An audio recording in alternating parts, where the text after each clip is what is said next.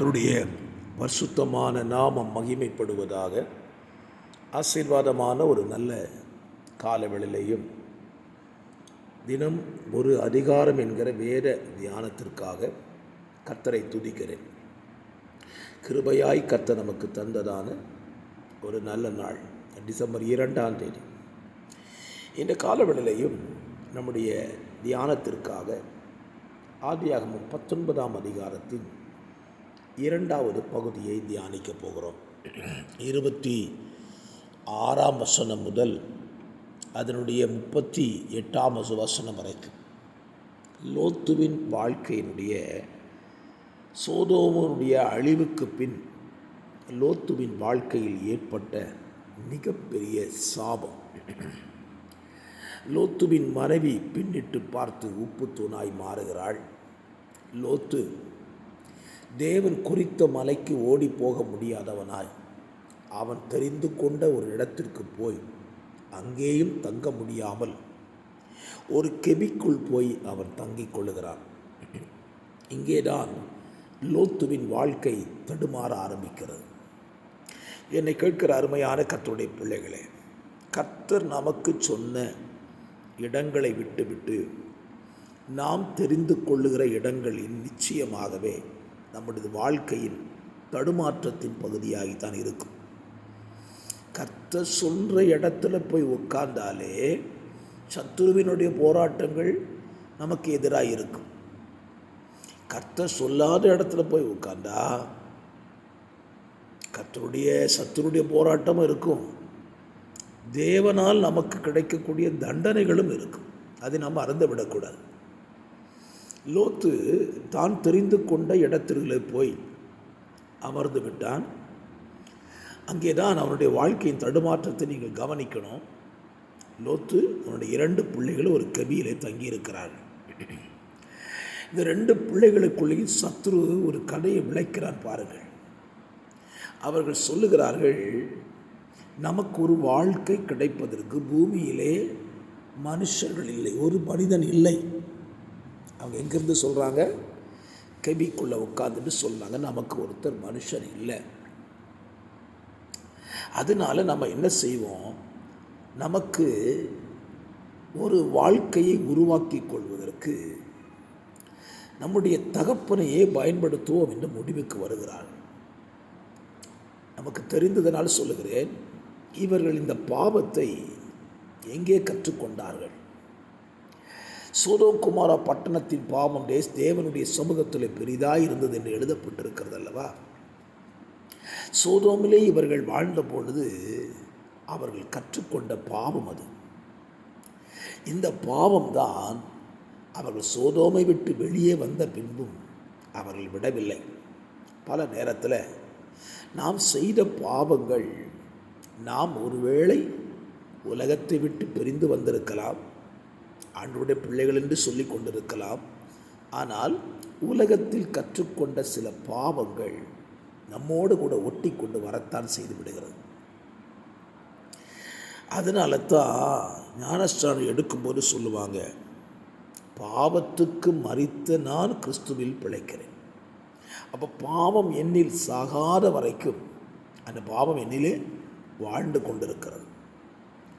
லோத்துவின் 2 பிள்ளைகளும் லோத்துவை விட்டு வெளியேறினார்களே தவிர சோதோம் குமாரா பாவத்தை விட்டவர்கள் வெளியேறவில்லை. ஆகவே அந்த பிள்ளைகளுடைய வாழ்க்கையை பாருங்க, லோத்துவை கணவனாய் மாற்றிவிட்டார்கள். தகப்பனை கணவனாக மாற்றுகிற கொடூரம் இன்றைக்கு இல்லை, அன்றைக்கே இருந்திருக்கிறது. இன்றைக்கு நம்முடைய மனம் பதைக்கிறது. தேசத்தில் நடக்கிற இப்படிப்பட்ட தீமைகளை கேள்விப்படும் போது வேதம் நம்முடைய இருதயம் பதைவதைக்கிறது. ஆனால் ஆண்டவர் மனுஷனை உருவாக்கின ஆதி காலங்களிலே இந்த காரியத்தை சத்து விளைவித்து வைத்திருந்தான். என்னை கேட்கிற அருமையான கர்த்தருடைய பிள்ளைகளை, ஒருவேளை நாம் இப்படிப்பட்ட பாவங்களை செய்கிறவர்களாக இல்லாமல் இருக்கலாம், நன்றி. ஆனால் நாம் விட்டு வந்த பகுதியில் உள்ள சில பாவங்கள், சில பழக்கங்கள் இன்றும் நம்மிலே தொடருமானால் அது நமக்கு தீமையை விளைவிக்கும்.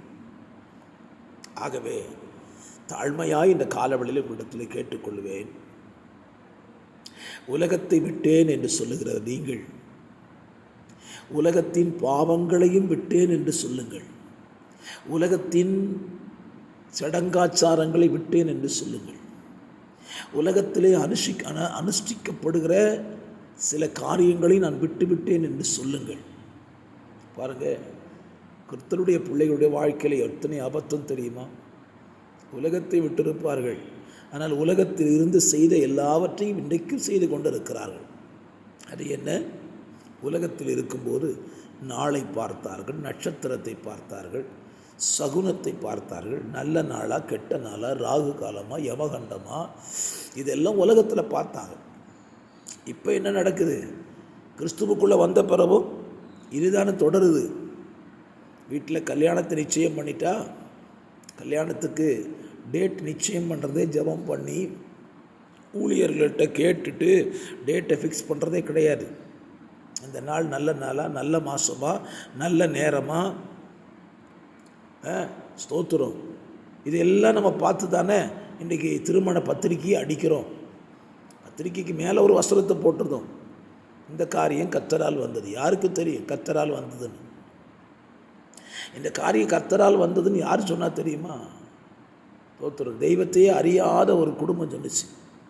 ஆனால் இன்றைக்கி தெய்வத்தை அறிஞ்ச குடும்பம் எல்லா காரியத்தையும் இவங்களே செஞ்சு வச்சுட்டு இந்த காரியம் கர்த்தரால் வந்ததுன்னு சொல்கிறாங்க.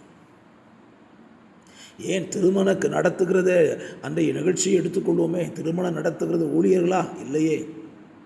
ஊழியர்கள் வேணால் மேடையில் நின்று திருமணத்தை நடத்தலாம், ஆனால் அத்தனையும் தீர்மானிக்கிறது யார்?